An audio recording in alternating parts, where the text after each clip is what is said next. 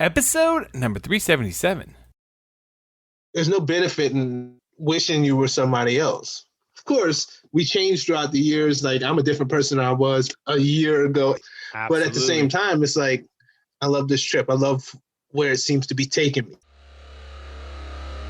Welcome to the Be Real Show with Travis, Too Tall and Huff, where we talk about life, dreams, social media, and business.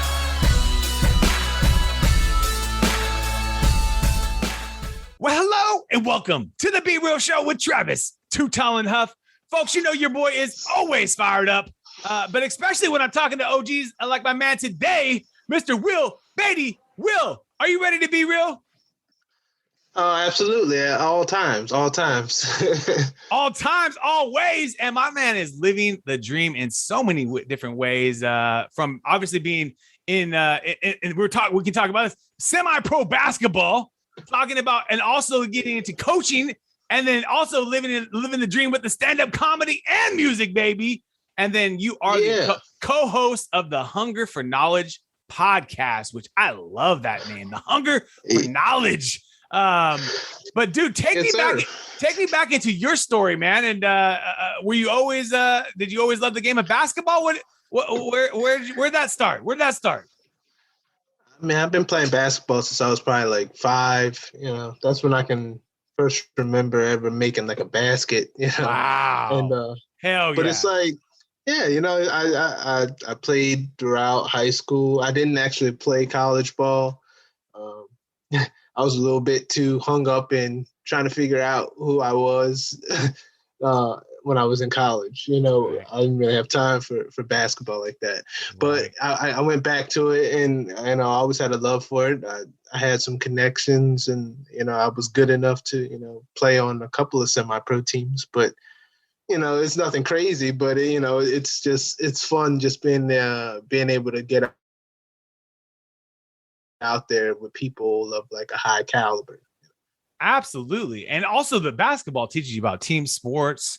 You know, many times in basketball, when you assist, the assist is so counted on, is because it feels good when you assist to someone else to make a basket. You know, many times that feels just like you got the basket. And that's the thing about the basketball that I always love too, is just the team sports that it brings to you.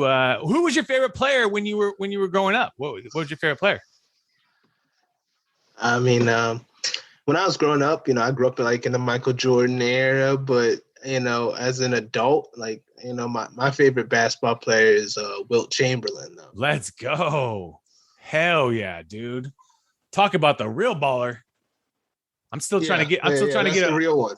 He's the real one, folks. You guys think Zion's the one. I like Zion, but Wilt Chamberlain's the real one. I think Wilt Chamberlain. What were you saying? Oh, I was saying he put in the work, dude. He put in the work. I mean, I think he was in my mind, he was the greatest athlete I ever saw. Like, I know I didn't see him physically, but, you know, when you go off of his statistics, and, you know, you're talking about a man 7'3", 300 pounds, like. Yeah, the big man vertical. The big man never gets like that much love in the NBA or like in sports. So like even in like sports cards, like I'm in the sports card business, and like they don't get as much love as like LeBron and Kobe and Magic. And not saying that they're not just as on the same level. It's just for some reason the big man just doesn't get the love, man. I don't know why. I'm 6'8", baby. I know the feeling too. But dude, can you imagine playing in the era of when he played too, man? I mean, completely. Let's just talk about it. I mean, that's got to be an incredible. You know, he was an absolute like a monster. I mean, that guy just like he would have like 70-point games. I mean, we hardly see anyone score 70 points nowadays. I mean, I think Kobe got a few in there, but you're talking about just he was actually. Yeah, I mean, I heard a story. They said he was still playing high school basketball, and he was playing semi-pro ball at the same time. Wow. And in his semi-pro league, in the playoffs of that league, he was averaging like 70 a game. And he was like 16 against grown ass men, you know. And it's just like, what is that? You know. That's incredible, dude. I got to get a Wilt Chamberlain rookie card, man. Yeah, even if it's a PSA 1, I got to get a. Oh yeah. I got to get a Wilt. You gotta find something, yeah. Man. I gotta find one of those. It's expensive. Those are the ones that are a little more expensive than the normal ones, but that's one I gotta. I can believe that. Hell yeah, bro, because they're old too, you know, and like to find them. Yeah. But then take me in today because you're doing music as well right now. What kind of music are you doing? Well, I'm a hip hop head, you know, and so I love it. I don't, you know, I'm an MC. I don't, you know, I distinguish that from a rapper. You know, like my lyrics they really matter to me. You know, I don't take them lightly. So you're not a vibe rapper. You're not the current ones right now are kind of more about the vibe and kind of mumble rap, I guess, kind of the new somewhat modern rap. I'm with you, bro. I'm almost about to be 40, man. I grew up on the Tupac. I grew up on the Biggie. Right. Out here we had Mac Dre. We had some different West Coast.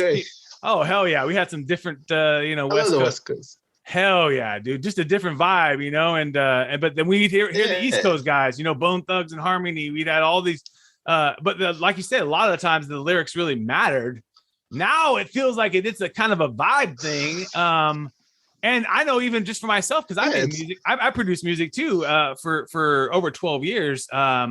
It was interesting because I started out wanting to make music just all clean, no bad lyrics. And I realized really quickly, people don't care. They love the bad lyrics, you know, like they love that shit. I feel like it's fun. I'm 34 now. I started making music when I was 21. And, you know, in those years, like I've watched myself change as an MC, like to being like, at first I was really watching my words, and then I was just kind of like didn't care anymore. Like I was just like kind of say exactly what I wanted to say with no regard as to like, you know, somebody like, you see what he said? But now, you know, I'm 34, I'm a father now, you know, and it's like, I feel like I can better explain myself without saying a lot of crazy, you know, crazy offensive stuff, you know. 100%. You can still get your point across without, you know, F this, off these, you know. I agree. I think I still will from time to time. Don't get me wrong, but it's like I'm not basing it off of that. You know what I mean? Like, right. Know? The intention is not different. When you're a dad, it's different. Like the second you become a father, it's different. That shit just changes everything. I mean, that's a good shirt right there. When you're a dad, it's different. Yes, that shit is real different. I'm gonna write that down right now. You know, it's just, it just hits different. Everything hits different. And I had a girl first, you know, so it's just different in general. Yeah. Being in general, it just changes your perspective on everything. 100%. And so, I mean, the other thing is too with the music thing is, and you'd see it here as well after producing, and I had done lots of different shows.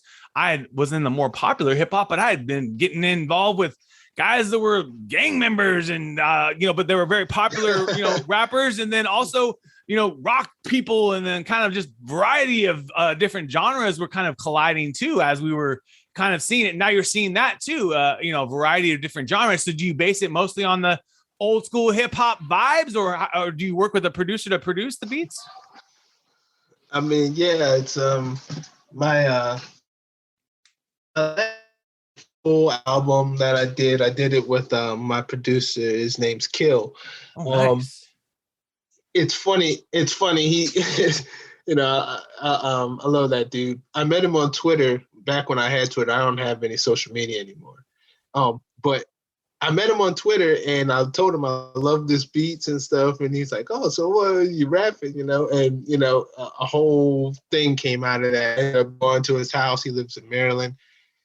You know, we did a EP first, and then we did an album. But like we're both on like an old school type of a tip, I guess. Like I'm not saying that like the beats, like modern beats, like I hear a lot of them, I'm like, man, that's nice. Like you know, but I'm not chasing radio popularity, I suppose. Like I'm not, Absolutely. I don't have any illusions about that. I'm just making music for myself and actually more for whoever can get anything out of it. You know, I just, you know.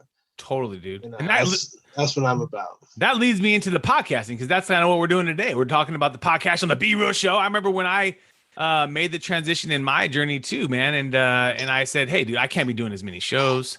I mean, I was at one point doing the shows down in the Whiskey at Go-Go, and I was going everywhere to do these shows. And at the end of the day, you're not really making that much money, man. And, you can't pay the bills with doing that shit, So I had to find a scalable way to do it, and then that's kind of when I found out podcasting. And that was one of the ways that I can find a way now after 385 shows and almost 9 seasons, literally doing it at scale, talking to interesting people all over the world, having conversations, kind of getting that same outlet that I would get on stage, performing in front of people. Don't get to see the audience, but still know that on the other end, there's people that find value in it. Someone's, hey, they share it, or they reach out and say, hey, dude, I really appreciate this show, from this person's knowledge, this person's point of view, or just their knowledge, their story and journey, that they're sharing with you on the show. And, that leads me into your show, because you are obviously are now have picked that up too, because I think it's so important,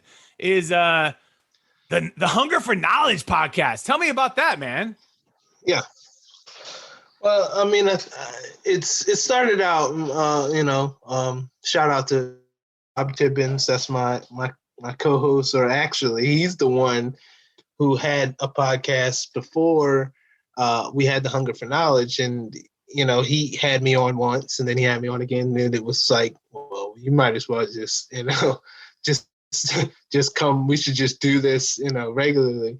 And so after that, a lot of this started from I used to play basketball with him, with Rob, and we would play at a church. And one time after we got done, I was talking to the head guy, and we were talking about some religious and spiritual things, and Rob stuck around, and that started an entire different communication with me and him, and eventually he had this show and he had me on, and that's after that, it's just better for us to do it together. I'm sort of Rob's real statistical based, and I'm sort of kind of just like the mouth, Yeah. So, it just works, That's awesome, bro. That's what it's all about, man. That's what it's all about. And going with your gut, man, going with your heart, going with your soul. I think that's the most important thing you can do in this life. And, I say it time and time again, man. That's what we're all doing. We're all living the dream in our own ways. It ain't easy every day. It ain't easy every day. Let's just be real. And when your dad, it's just a little bit different, but most importantly, I think that the thing that I can connect with you most about too is just that you're always exploring all the sides of art and who you are, through music, through being able to deliver a lyric and write it down and deliver that. Like you said, it's not always for you. Through the podcast, to be able to talk, have a conversation. If there's one person finding value out of it, or 10 million people finding value out of it, yeah, obviously we'd all love to have 10 million. We were talking about Joe Rogan before the show here, but let's be real. We all start somewhere. And if one person is finding value, they tell 2 people, and 2 people tell 4, and 4 people, it's the common thing. And like I found with my show, it's one of these things is you put in more shows, you put in more records on the downloads, they always go up because you're putting in more effort and you get better. And same thing with you've probably experienced with music, it's like, when you were starting, when you were 20s, it's a lot different than who you are today, and I think that's kind of the beautiful thing about the journey, I love having people like you on the show, man, because it just reminds us, no matter where we're at in life, we all can embrace this side of us, the creative side, if you want to call it, the side that likes to be in front of people, the side that likes to take chances and take risk in a safe way, because we're just doing it through art. We're doing it through music. We're doing it through our, show, or we're doing it, make a piece of artwork, or, and I like to do it also through my sports car business, because I can get a car graded and then give it to somebody and they pay a little value for it, or give a card to someone that couldn't afford that card, and it's a blessing, man. It's a blessing, dude. In many ways, to be able to share that and I commend you, man, for continually writing, continually recording, continually putting in the effort, because like myself, that's what we're doing every day. Like that's all we can do, and Yeah, I no one is appreciate that. Yeah. hell yeah, bro. Like that's what it's all about, man, is that we don't give up on us because right. because it's real easy for us to give up on It's easy to. Hell yeah, bro. It's so easy to say. It's easy to. I got other things to do. I got shit. I can't have Will on the show. I just had 3 people on today. I can't have these people on. I got other things to do. I just came from the park. I got work to do. No, T-Huff, record the damn shows. Figure out that shit later. Book it, baby. Book it. Record it. And the more things you can do like that, folks, in life, I'm not saying it's going to be perfect. Not saying it's going to be the best, but you're going to get them done. And you always get better. And most importantly is you get things done. You get, I'm getting this one. Okay, I got that one. All right, cool. You know what? That's what it's all about, man. And it's hard sometimes as an artist too to even get motivated to write, to come up with stuff too. I know even myself, as I'm wanting to come up with a little album for my boy, and I'm like, damn, I got to spend time recording. I got all this other shit to do.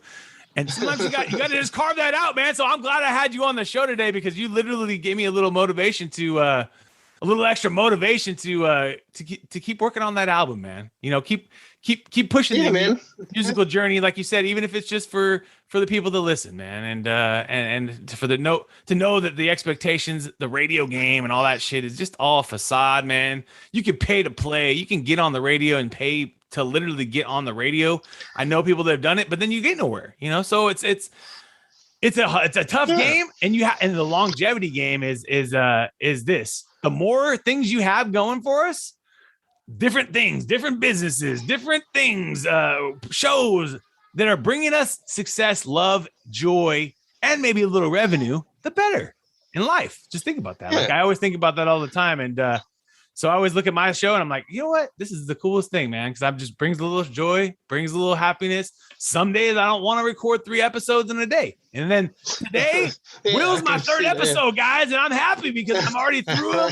I'm connecting to someone that I have a literally the more interest and love towards the passions he has as well than some of my other guests, which we were talking about Amazon. We're talking about data. And some of that stuff's awesome too. So I always like to keep myself on my toes, Will, by just, always embracing all aspects of life. But now, my man, we're about to get into your mind for our end of our show here, is getting into our top 10 with you, my man. Apple or Android? Okay. Android. I mean, I'm like a caveman when it comes to a lot of technology, but Android is just, it's just easier to me. It comes easier. Love it. Netflix or YouTube? Oh man. I can't, Netflix. Cause I can't, every time I see YouTube, I get sick. I'm sick of them. I'm sick of them censoring everybody. Oh, I know, dude. I know. It's horrible, dude. And this is the truth about that whole topic, because they'll probably censor this damn podcast now that we said this. This is the truth. Seriously, it happened. It's happened before. This is the truth. It's like, dude, everyone should have the right to be able to put out their content. Now, there's some shit that's just horrific content people don't need to be putting out there, right? Like horrific shit. We can all think of it in our minds. Absolutely. Don't put that shit out there. Censor that. If it's horrific to your eyes, you should not see that. Blah, blah, blah. We get that. All the other stuff, that's crazy that they're censoring it. Like about all this, the last 19 stuff, about all the stuff with finances. It's wild, dude. I mean, it's I'm an adult. Right. I shouldn't. If there's something I don't want to look at, then I have the choice to not look at it. Oh yeah. Well, you know what I mean? Like. Well, yeah, the people are finding that out. Acting like people are kids. It's like, wow. Yeah, dude, people are finding out too, like how much censored there are, like on Google search. You know what I mean? Like versus like now these new platforms DuckDuckGo and some of these other ones, which I don't even really use, to be honest, because Google's so damn easy still. but yeah, there's some people are finding I'm trying to do a Google cleanse. right. Yeah. I mean, some of that stuff is really tough to do because it's so integrated. I got Gmail, I got Google Drive, which all my teams connect to. And it's crazy. Some of these things are just so easy to use and so convenient that I really can't get off the platform. So what I just do is I just I don't have the search or need to know crazy shit out there because I already kind of just know that it's already out there and I just don't even go look for it. I just like, all right, dude, this shit's out there. I don't worry about it. And then on the frustration side, to be honest with you, I gave up frustration probably when I became a dad. And I said, dude, I don't have time for this shit, dude.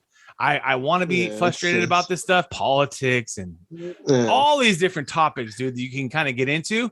But then when I come back to it, I'm like, dude, I got to barely have time to fucking record my shows, keep my wife happy, run the family, keep the businesses going, walk and do some exercise for myself, go to the gym or something. And if I get that done, that's all that really matters, right? Like, I mean, at the end of the day, like what you get done, I always say is like, it's what brings us the most happiness anyway. So, the fact that I can't that's a great perspective to have.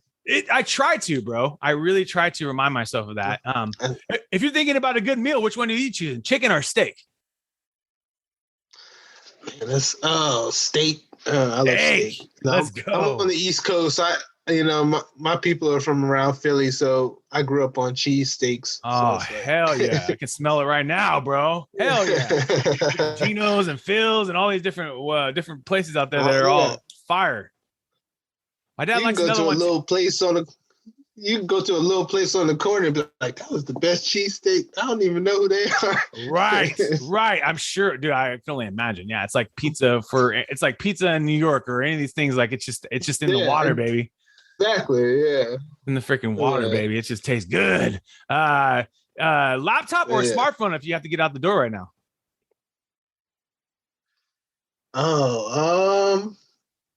I'd say cell phone. Yeah. Nice. Spotify or Pandora for music? So Spotify all day. Hell yeah. Deep dive on that catalog, man. Let's go. Reading books or listening to books? Oh, okay. Oh, that's a good one. I'd say reading books. Reading that, like actually like doing get the physical book. Doing the actual thing. Like yes. There's something about that that's one day they're gonna be like, hey, you remember when people used to like read books? Totally, bro. I think that's the biggest thing. That's the biggest way that we can rehabilitate. My wife works with a lot with the prison population and stuff like that, absolutely. As a psychologist and, being able to have these, kids that are juveniles or even adults be able to learn to read and just expand their mind and learn. And dude, I mean, that's so powerful. It's everything. I had Garen Jones on our show and he was just explaining how powerful that was for him in a situation of turmoil, where he kind of got not framed, but kind of in a real sticky situation, my man. If you look up his he's got a crazy story, but it's reading, man. It's like, it's literally reading, What's his name? Garen Jones. Garen Jones? Yes. I'm going to have to look him up. Yeah. Incredible story. So anyone out there, just pick that book up, baby. Just absolutely pick it up. If you're thinking about expand your mind, I love that, bro. Expand the mind. If you're thinking about a vacation, oceans or lakes?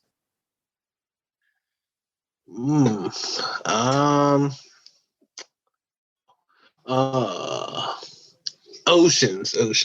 Let's go. Something about the ocean. The constant water coming at us, the ocean, the waves, man. There's something crazy about the waves. When you get so caught up in thinking that everything is so big in your life, there's nothing like going to the ocean and realizing like just how big that is. That's like your problems look like minuscule. You're like, look at this ocean. Like I'm over here thinking about like I don't got enough money or something. Dude, absolutely. And the beautiful thing about the ocean is it's always coming. Like there's always a new wave or there's always that tide coming. It never sleeps, dude. And that's the other beautiful thing that I always remind myself about when I'm near the ocean is that the world is full of abundance. And literally, Absolutely. it's always coming for you. It's always coming for us. Always. We just got to be ready sometimes. We got to, and work. Just we got to be ready. It's a work grind, dude. It's a work grind. When you're waking up for your day, my man, why do you love being you? Mr. Will Badie? I love being me because I love my life. I don't have an illusion that like my life is any better or any worse than anybody else's life. Like I enjoy the person who I am. I enjoy the people who are in my life. There's no benefit in wishing you were somebody else, unless you know what I mean. Like, of course, we change throughout the years. Like, I'm a different person than I was a year ago, and but at the same time, it's like I love this. I love this trip. I love where it seems to be taking me. I love that, bro. And I always say that to anyone that's listening, because we all have a little bit of jealousy sometimes, right? Like we see someone like, oh yeah, Jeff Bezos building like a $5 billion yacht. You're like, what the fuck, $5 billion on a yacht? Like, what the? Can I get a milli? Can we get a milli over here? Let's solve some problems. Let's solve some food problems for people. There's so many things. I bet his life is miserable. Yeah, I mean, to have that much money. You know what I mean? Like he's got different problems. Okay. He's got different problems than we got. Let's just be real. Different problems. Yes. Yeah, different problems. Biggie always said it, right? It's like when people win the lottery. Yes. More money, more problems. That's what it is, It's like when people win the lottery, right? And then like their life just like collapses. You know what I mean? Like they won all this money. Yep. Didn't even know what to do with it. So true, bro. Well, you got to know who you are going into that lotto win. And if not, you're going to have a lot of people asking you, and you got to be able to say no, because a lot of people are going to say, hey, Will, man, I can get a loan, bro. I got this business I got to do, And then a lot of people, hey, oh, yeah, sure, I'll get you. And next thing you know, there's nothing for you, baby. And that's even with life. Yeah. That's even with life. I mean, I like that a lot.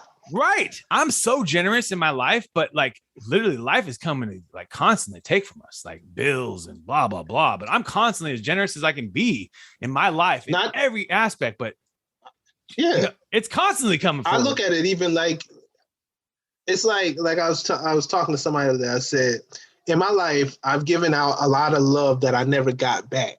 Yes. You understand what I'm saying? Like, yes. Like I've given it like that. Like it's just unconditional. Being like, damn, I wish, you don't want to be like that. Like, but at the same time, it's just who you are. It's like, even if people do you dirty, my life is about love. Like, and that's just what it's about. So important, dude. So important. And that can get us through many tough times, bro. Like literally love. And at the end of our last days, to know that we were a good person is going to be what it's really about.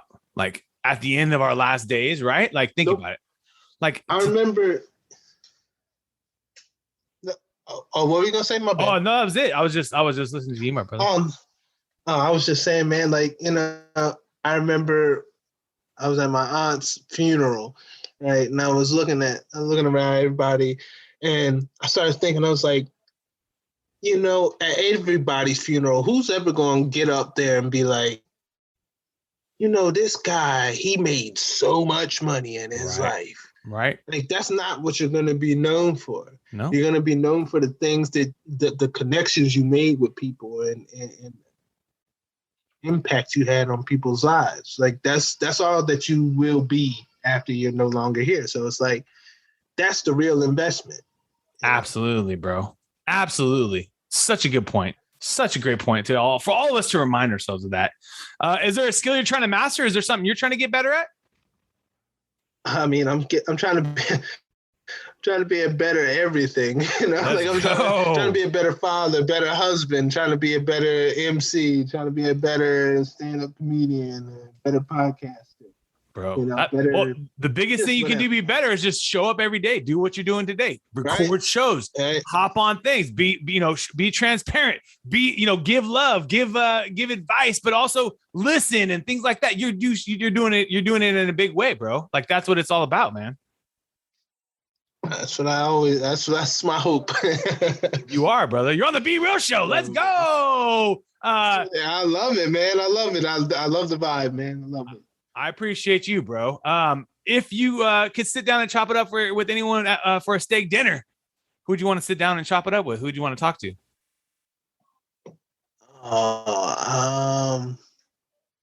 Dead or alive? Like It doesn't don't matter. It doesn't matter. No, we've had all different types of guests. All right. I think I'd probably want to talk to Muhammad Ali. Ooh. Fucking legend. Yeah, man. That's my guy. Like I love the example he set and just what he stood for in the world. I'm gonna pull up this Muhammad Ali. You see right behind me right there? I know I'm not gonna do the video real quick right there. That one right there. I see it. Let's go, baby. I sent autographs to all these people Muhammad. when I was a kid. I'd write letters to them and ask them to an autograph.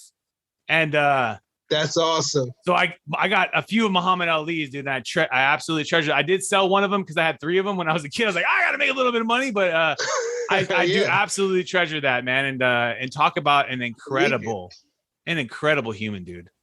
An absolutely incredible. I went to where I live at, about 25 miles from where I live, and I live in Pennsylvania.